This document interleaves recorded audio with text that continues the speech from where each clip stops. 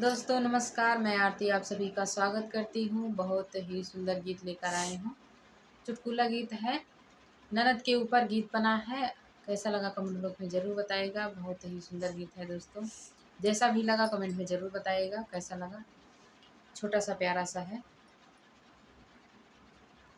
जियरा जरिगे हो बला मुआ जरावे ना नदी, जियरा जरिगे हो बला मुआ जरावे ना नदी, हे जरावे ना नदी, हे जरावे ना नदी, जियरा जरिगे हो बला मुआ जरावे ना नदी, जियरा जरिगे हो बला मुआ जरावे ना नदी।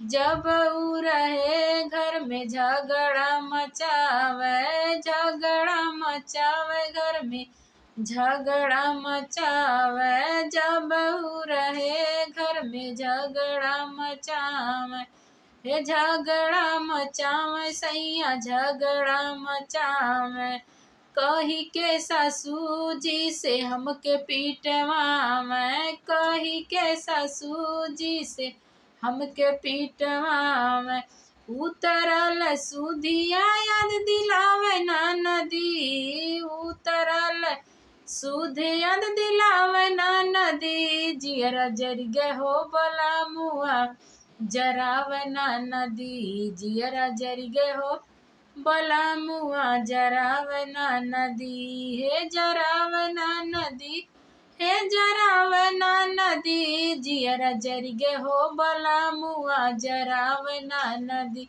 जियरा जरिगे हो बला मुआ जरावे ना नदी।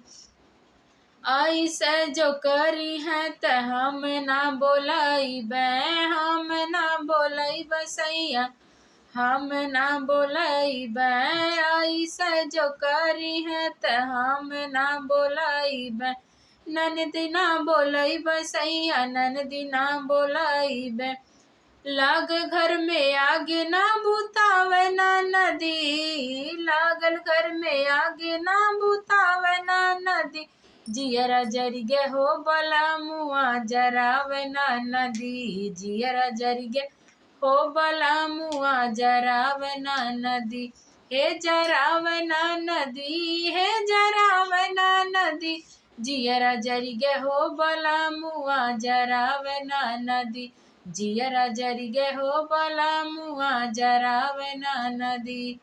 दोस्तों कैसा लगा कमेंट बॉक्स में ज़रूर बताइएगा। बहुत ही प्यारा गीत है और ढेर सारा प्यार दुलार दीजिएगा हमारे वीडियो को। बहुत ही सुंदर वीडियो था।